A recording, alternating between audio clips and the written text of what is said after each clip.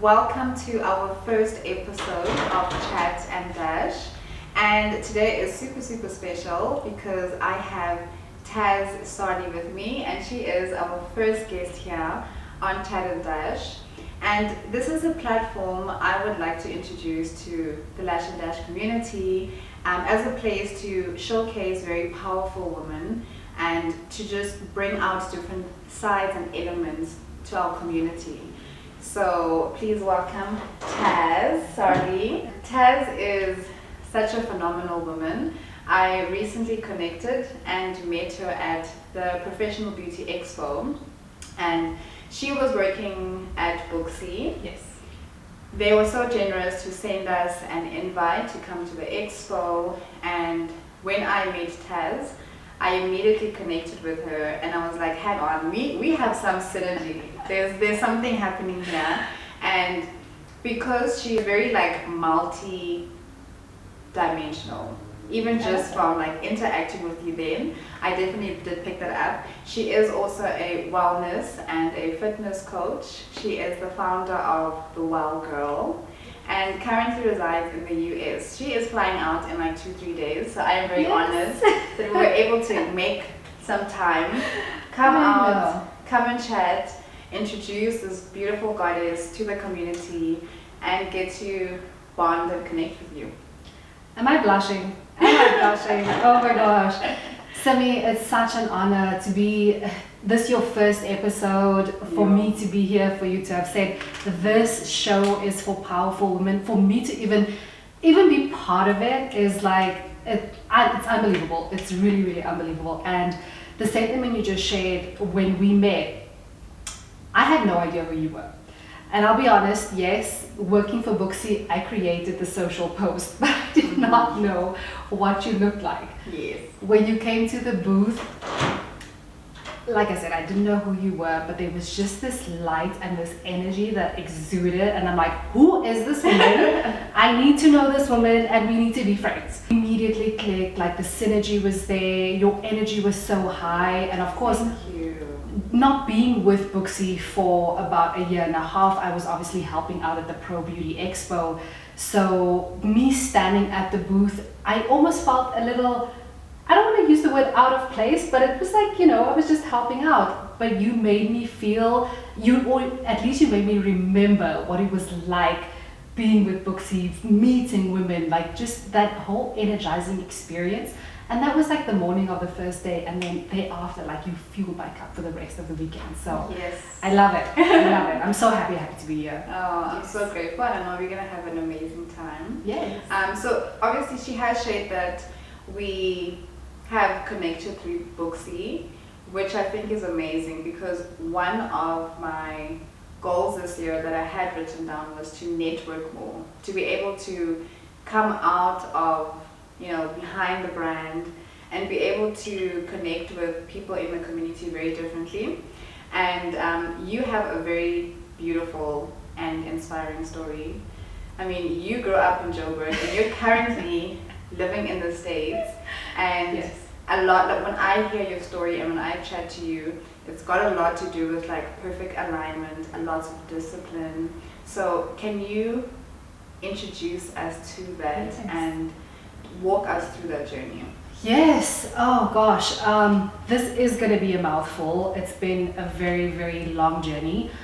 I am the Well Girl. I am just a brown girl from Joburg with big dreams. I am from New Clare, like slap bang in the middle of Westbury and Bosmont. So I'm from the hood. Your girl is from the cast. Like you said, just perfect alignment. I joined Booksy in 2017. And just how I grew up, or how we grew up, and I think a lot of women and a lot of people watching this will relate to, when you brown in Johannesburg, like, like it's a lot of things feel very unachievable. We aren't shown, feels new. Yeah, we aren't shown what you are, what you can be capable of, or there is no limit, right? But we aren't used to that because we haven't seen that. And I didn't necessarily always have this really strong self-belief. So I never necessarily planned to move overseas. It was never something that I worked towards. It was never something that I strived for, because I never thought it was possible for me. And then perfect alignment, I joined Booksy in 2017, and I was part of a very, very small team. We had just launched in 2017, and a year later an opportunity presented itself to go to the US for a short period. I didn't know it was going to be as long or as extensive as it did end up to be. So I did get lucky, I will say that. I was at the right place at the right time, with the right people. But I'm not going to sit here and shortchange the fact that leading up to that 1 year mark, I worked really, really hard, because I saw Booksy for what it is.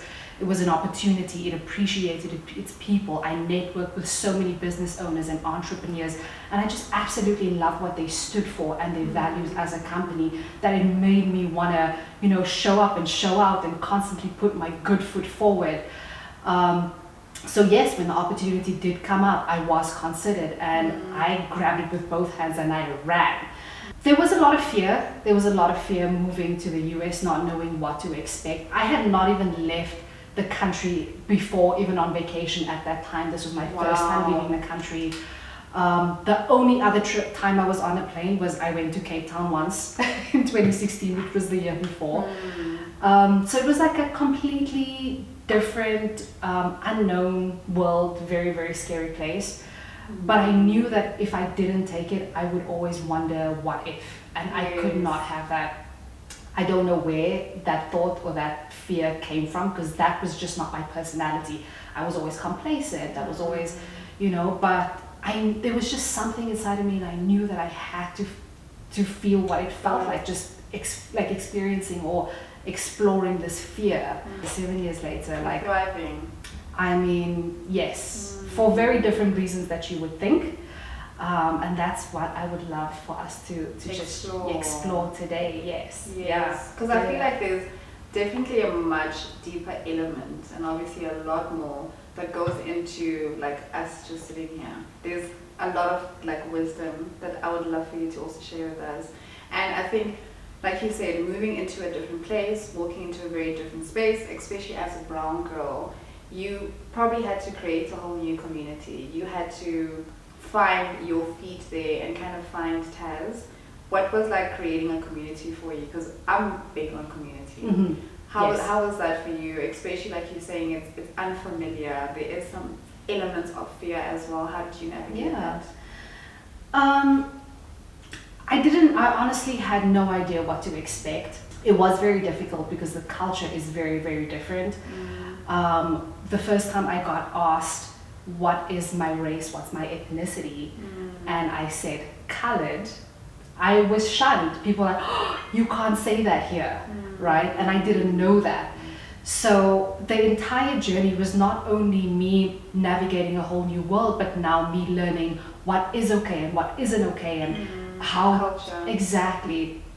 So there was a lot of learning involved. Every sort of turn, every step that I took, more friends that I made. They were very informative. They were very sensitive. I didn't feel like people judged me for saying the wrong thing.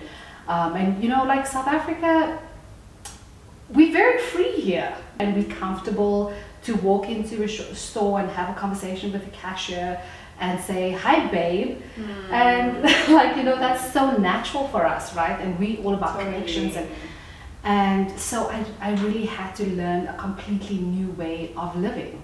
The journey being as lonely as it was, professionally it was very stimulating, mentally it was very stimulating.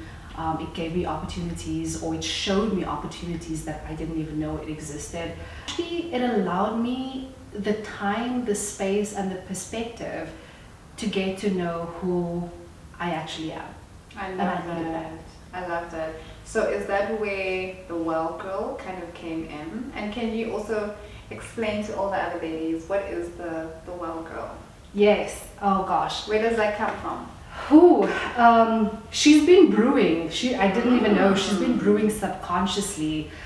So I believe very, very strongly that she existed well before she even came into fruition. I launched the Well Girl this year, January. And we backtrack a couple years ago, I actually became a personal trainer in South Africa to learn how to perform certain exercises for myself. Got you. Growing up, I always struggled with my appearance. I struggled big time with my eating. I had a very bad relationship with food.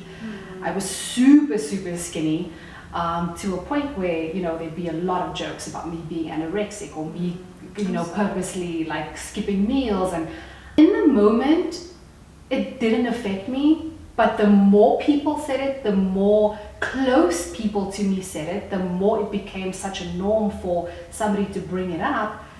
It affected me to such a point where I was like, I'm gonna pick up weight and I'm going to build some muscle and nobody's ever gonna say that to me ever again. So what felt very revengeful, or more of like a defend myself. Yes.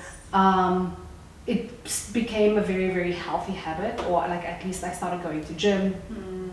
I didn't necessarily feel as confident in the gym in the beginning, and I'm sure a lot of ladies can relate, maybe you too. It can be quite intimidating, I think, when you get there, because like you said, everyone has their headphones on, everyone is like so strong in the gym, and you knows what they're doing. Yeah, everyone knows what they're doing, and you're just like, okay, like am I picking it up? And also like you want to record sometimes, and you feel like, oh, you know, no one is like smiling, everyone is so serious. So yeah, I can relate to that.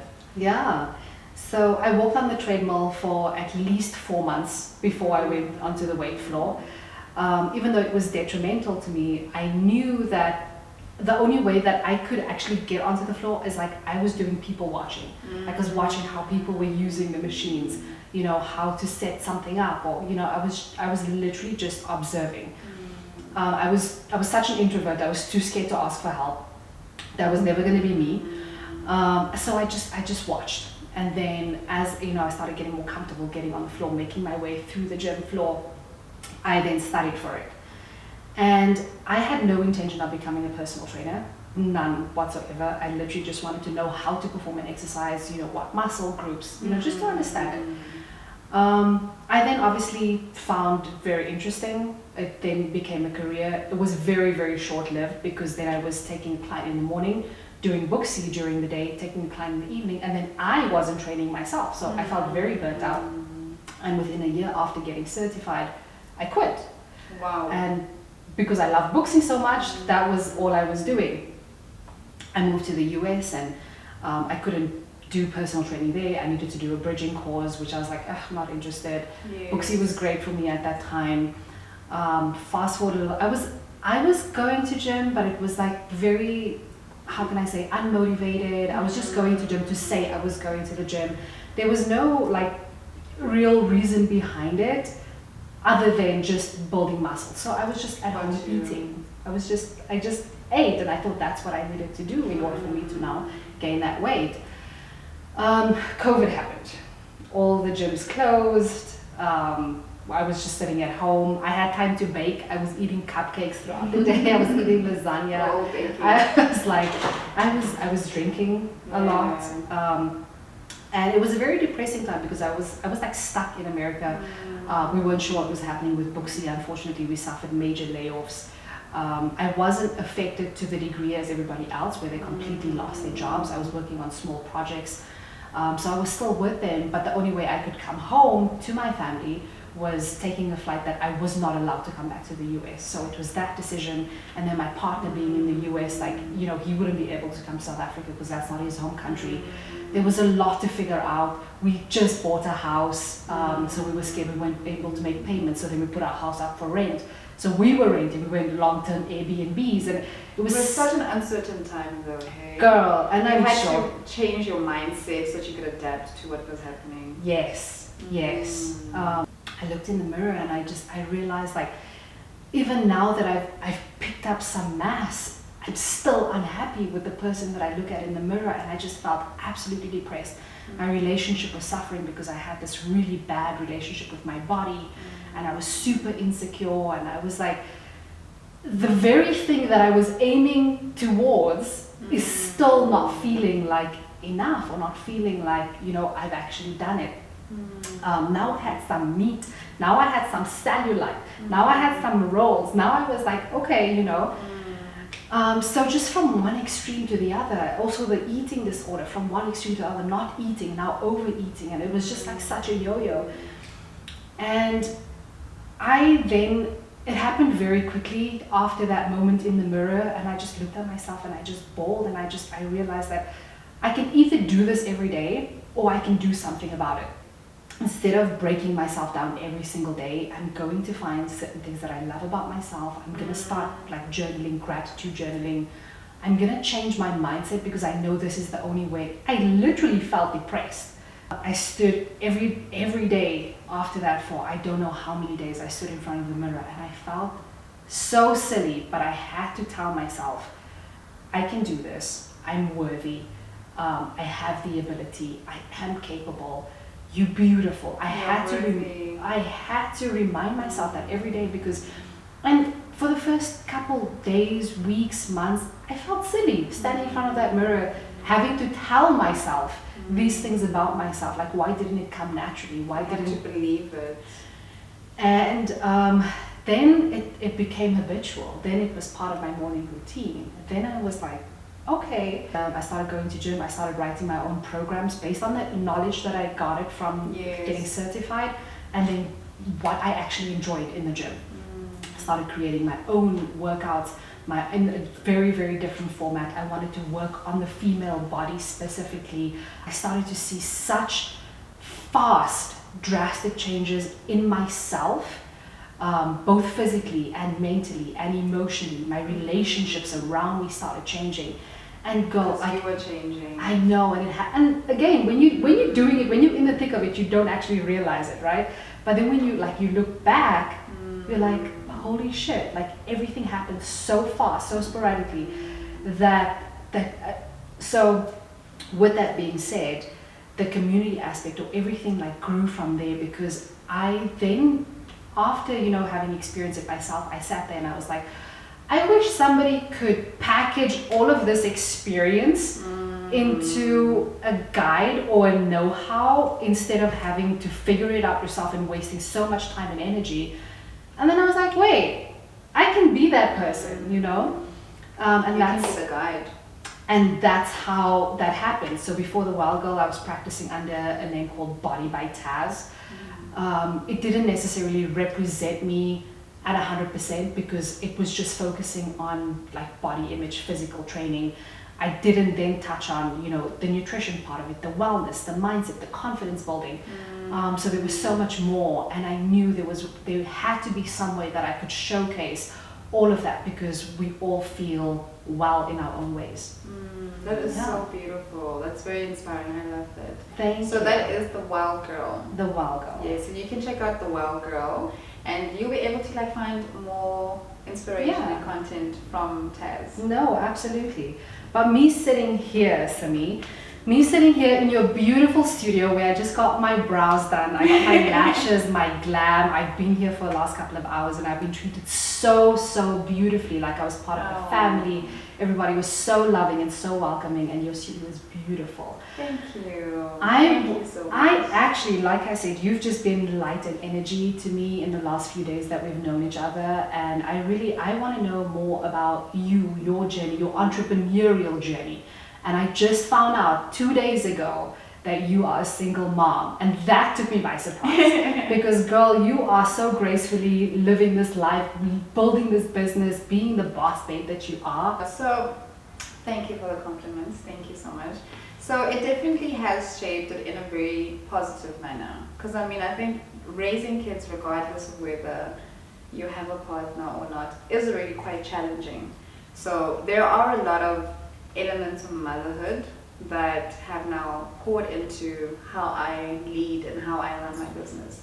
So it definitely is a very big learning curve, but for all the better, if anything, I think it's given me a whole lot more ammo and stamina to kind of also want to create these kind of spaces because this is a business that was created from passion. It was created in my daughter's room. We started at home in our home studio. So clients would walk through the dog, the hamster to get their lashes done. So there's a lot of heart that's inside of it. So that's why it's very close to my heart. Lash and Dash is like the middle child. Because Okay. it's in between Yes. my two daughters. So, yeah, I take a lot of lessons from motherhood. And I definitely apply it to business because I like to lead with compassion. And that's my leadership style in business. Yeah. Where did the name Lash and Dash come from? You know, one day I was sitting in bed. So the first name was actually Lashes by Simi. Uh-huh. And then I was like, it just sounded a bit restricting. It just felt like it was just going to be Simi. And something inside of me was like, no, like, what if they were someone else? That thought Yes. came by and I was like, okay. I was quite good at lashing. So I still lash. I do brows, I do lashes, I take clients. And I love lashing and I was actually like pretty fast and good at lashing. So then I'm now thinking of a name for the business and I was like, okay, I want something catchy, soft and light and just cute. And Yes. then literally Lash and Dash popped up. Okay. And I was like, hey, that rhymes, Lash and Dash. And that's where Lash and Dash came from. I love it. I love it because it's literally a dash out of here. Everybody was so quick. I could not believe, like, yes, I caught a couple of snoozes, Yes. right? But every time I checked my watch, I was like, only an hour? Dash part comes in and like before the ladies join the team, there's like a very huge intensive training in which we go into Uh-huh. so that we can understand our craft properly and then we're able to also do it fully and be present in it. Yes. So You mentioned you do have the training academy. Was that always part of the business? So Trainer Dash, which now officially has its name, came in as the business grew and I would train more ladies. I then realized that I have a bit of a gift for teaching and for imparting this knowledge. So that's when and also like a lot of people were asking for training because they were like, you're so good, all the ladies here are like literally replicated to like the standard that you have set. And then that's when I decided, let me go into the training part because then I'm also able to make my impact in the industry and kind of like change it up, add our own artistry to it. And I do a lot of the training now as well. I absolutely love it and that's the part in the business I'm most passionate and I want to grow because you get to connect with women in a very different way. When I am at work, there's a different version of Sim that also has to kind of come out because it also is a business that I am running. But a lot of the skills that I learned or lessons that my kids teach me, I am able to then apply that to training, having patience, because you need to be very patient when you're teaching someone a skill. A lot of compassion, you need to also have that push as well, where you're able to, allow them to go to the next level and push them and speak life into them so that they're able to believe in themselves and that they can, practice this art as well. Because it is an art. Back to our conversation 2 days ago when I found out you were a single mom. So what challenges did you face being a single mom and being an entrepreneur and running a business, and sort of how did you align the two to make it work for you? One of the challenges that I think a lot of mom can also relate with is mom guilt. Because like you said, when you're running a business, you need to be present, especially when it's a growing business. There's a lot of systems that you're putting in place, a lot of trials and tests that you have to learn as well. So it needed me to be at work because when you work for yourself, it's not a 9 to 5. Yeah. And at the same breath, I am a very hands-on mom. Like I get on the floor with my kids. I want to cook them more meals. I want to go to bed with my babies. I want to sit on the court side and I want to clap for her. But obviously in the situation that I have right now, I have to balance myself. Of course, my family definitely does take priority, but it's just striking the balance between the two. And mom guilt used to creep in a lot. Yeah. And mom guilt is when you feel bad. You feel like I'm not good enough, I'm not there enough, my kids are missing out on mom. And when those moments would come up, how I would overcome those moments or those intrusive thoughts is to also understand it's also about the quality that you spend with your kids. Yes.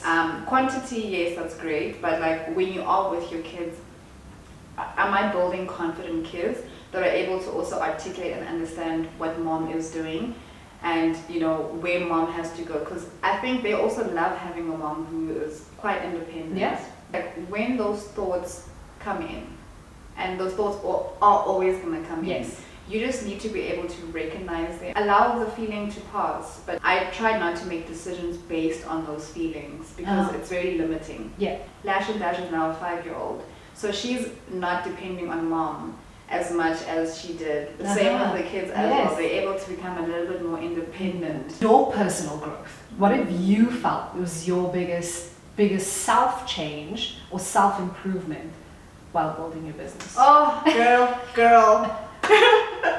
Girl, like so many things were birthed from me, just from opening up your experience of running a business. Yeah.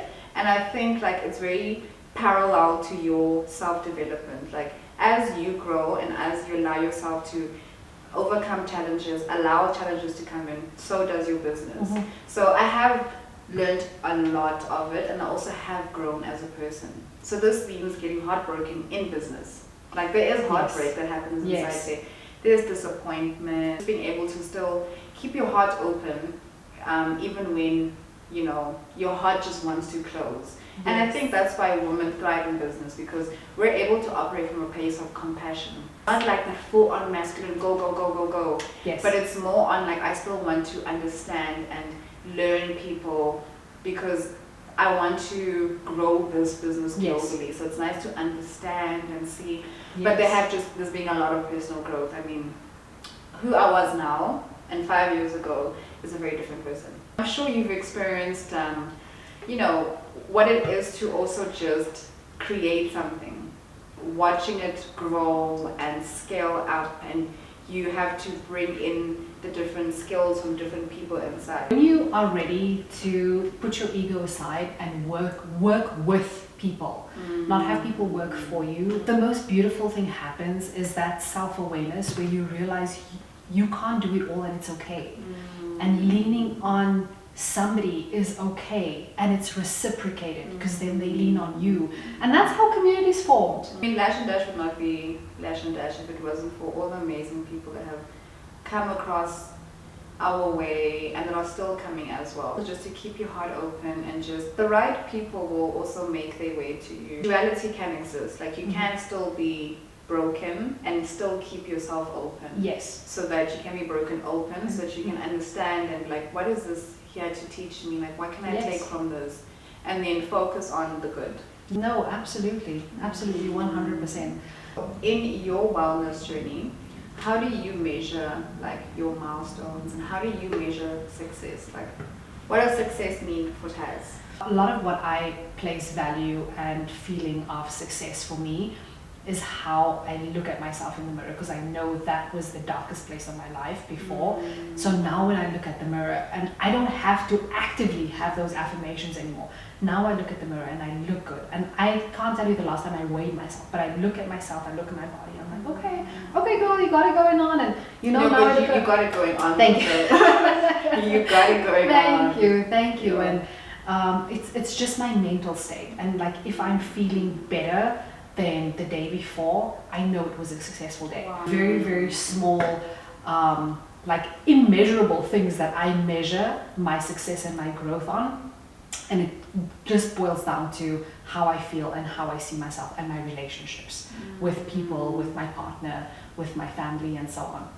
And then tell me, how do you strike the balance between your work demands as well as like your personal commitments? I'm gonna be honest, I may have not found it just yet. I'll be very, very honest. Like, I still get very, very consumed with work. I do prioritize myself a lot. Like there's things that I would do like every single day for myself, so I prioritize myself a lot. But in terms of like personal commitments, I do try and be a really good present partner. I'm still finding that good balance, because when I am, or at least I find when I am a really, really good partner, I feel like I'm neglecting work. And when I am like really, really good at work and thriving and on social media, I feel like I'm neglecting my personal life. For the most part, like sometimes I'm like, you know, flying in the wind and then someone like crashing through the snow. So they can both exist. Exactly. Yeah, well. Regarding social media, because a lot of your business is also like coming from social media and having to be online, how do you strike the balance from being able to kind of like disconnect that, because I mean it's such a powerful tool, Yes. but it can also be very consuming. So social media can be very distracting, very time consuming, very consuming. If it wasn't for social media, we would not have the connections that we have. We wouldn't be sitting here, girl. Exactly, exactly. And I will say social media is a huge part of my business. That's how I obviously promote my services. That's sort of where I showcase and educate and entertain. And that's where my community is. I found that healthy balance with social media. But there are times where I feel like when I'm creating and I batch create, or if I feel like I'm pressured to create content, I create a very bad relationship with social media where I feel like I'm forced to show up as opposed to other times, or majority of the times, where it feels very natural. Pressure of continuously showing up gets a bit much. What I do is I'll take a break, and I'll tell my audience that when I come back. I take a break. I will sometimes even go as extreme as delete the app from my phone. I will come back with a plan, with an intention. I will come on social media and be like, guys, it's been a rough week, so I decided I'm just going to take some time. I'm just going to disconnect. And people share the same, and it makes you that more relatable and authentic. And you watch other people on social media like, how does this person shop so beautifully on social media every day? And it's so unrealistic when you try and compare yourself to that. In this day and age, we're living in a time where people are working hard. People are moms and dads. There are so many different roles that we have to play. So it's just always nice to ground yourself and just make that time out. Like that time to yourself is so important. It's so important, babe. Like having that quiet time to yourself, just with your thoughts and your feelings, and allowing yourself to just be in the moment, because like you said, we're so busy, like it's constantly rushed. You don't have time to analyze how you're feeling throughout the day. You don't have time to make sense of your emotions at any given point, up until you actually just stop and sit. You know, when you're emotional, it's go, go, go. This is happening, this is happening. I used to feel so bad when I rest, or when I slow down, and like there was this culture of what's next, what's next, what's next. So I am so glad that I haven't fully conquered that, but at least I'm able to recognize it when I feel like it's okay, so you can actually sleep. Yes. You're allowed to sleep, you're allowed to not answer your phone. Yes. You're allowed to not go to wherever you said you were going to go because you're tired, and like don't feel bad, like you should rest. You know, like you said, when things are go, go, go, and feeling guilty for resting in that period because things are so good and you have so many people counting on you. You're scared to lose everything. Social media is a big thing because you're constantly showing up and people are seeing your lives, and you almost feel bad for not putting out a piece of content the next day, and you're just feeling so much pressure to just be that person. And then relaxing feels bad. I've also experienced the extreme opposite case of it, where I started, you know when you go and people are like, girl, you need to rest, you need to take a break, you need to... And you don't want to hear that in that moment, right? You don't want to hear that in that moment. But I also found myself being way too gracious with myself. And I was doing the bare minimum as well. Like, girl, and I would get frustrated with myself because I know I could work at a capacity that I wasn't working at. Regardless of which one is the right way to proceed or not, I think it much like everything we've discussed today, it does come down to a balance, and then finding that good balance. I don't think it's very easy. It's really, really not easy. Like, because when you go, and rest feels, like the wrong thing to do, and then when you rest, and then work feels like the wrong thing to do at this moment because your mind needs it. It can go both ways. So after, listening about, Lash and Dash the last 5 years, how far it's come, your balancing act so far, and just being an entrepreneur, what are your goals or milestones for the very, very near future for your business? So, thank you for asking that, because I ask myself that often as well. So I think what the brand wants to do is grow globally. I want to take Lash and Dash global, and but in a very different way, through education, because I kind of want to add more impact in like the lash industry. Definitely want to have a factory in SA where we can produce our products locally. Definitely want to also franchise. Yes. Going to get into franchising from next year, so that will also be available. Yeah. And we'll then take it from there and see what else we can do. But I think that's even a lot already, because the past 5 years already have been such an amazing 5 years of so much growth, so much learning. Yeah. So I'm also kind of just taking one step at a time. How can we also have more impact as well? Because you don't just want to pop up all these 100 stores, because you still want to have good brand value and integrity. Absolutely, absolutely, and that's hard to always maintain when you scale at such a vast That's manner. it. Yeah. And I mean, I admire people who can do that. Yes, it also does. It's possible. It's so possible. It's amazing to see. It obviously is a lot like operationally, but I know that I thrive in a very different manner. This is my favorite question, and I can't wait to hear your answer. Is what advice would you give single moms who are looking to start their entrepreneurial journey and are a little scared to pursue what lies ahead of the unknown? I would definitely advise any mom who wants to step into the business world or just starting off small is to identify where the fear could be coming from. What is it that you're afraid of? Are you afraid that it's not going to work? Are you afraid of what people might say? That you might be mom shamed?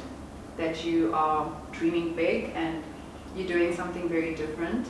So once you can identify what are you most afraid of, you can then start to overcome that, and then you can start to make more empowered decisions, because when you make decisions when you are fearful, you're not going to dream big. You're going to just take small steps so that it's safe for everyone. And obviously I understand it is quite a gamble when you are starting entrepreneurship, but there's different ways to start.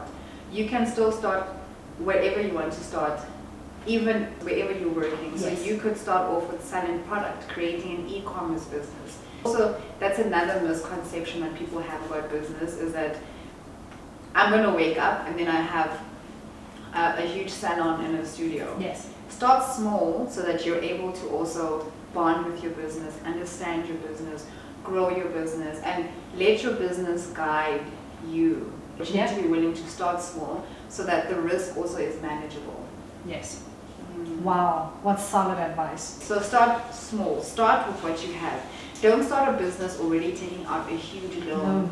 Because now you've added all this pressure that you can't even have fun. You can't even enjoy what you're trying to do. You can't even mess up because you've got you feel like you've got all this debt and investors, and so, and also when you are looking to start a business and entrepreneurship, find something that is fun. Find something that resonates with you. It has to be passion.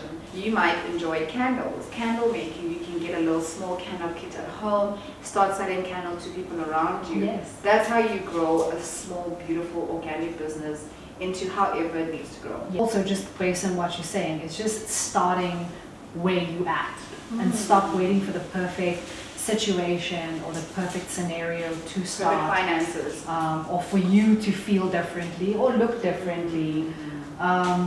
And just trusting yourself and starting, and I think that's also how you build confidence and how you build resilience in your business. And you're going to look back at your old content that you create and you're going to cringe and you're going to be like, so bad, I can't believe I put that up, because you're constantly going to evolve and you're going to see that in very tangible ways, in very tangible formats, and in yourself as well.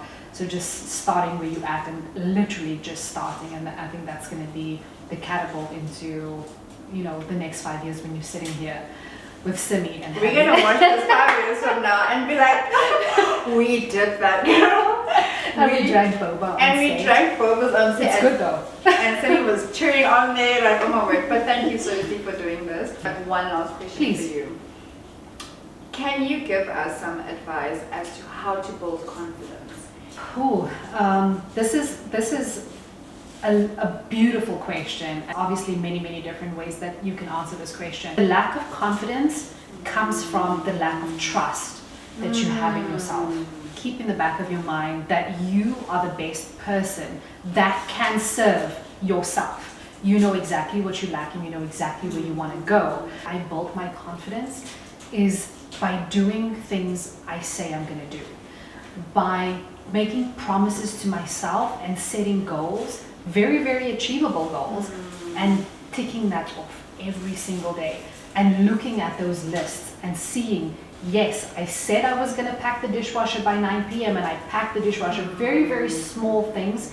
And I started trusting myself. We slowly became bigger, and those goals and promises and things that I had jotted down started becoming bigger, and I started fulfilling a lot of the things that I lacked to give myself before. When you start challenging yourself in those ways and seeing how far can you go and pushing the envelope and seeing how far that ceiling can go with yourself, it creates trust. Now you can trust yourself.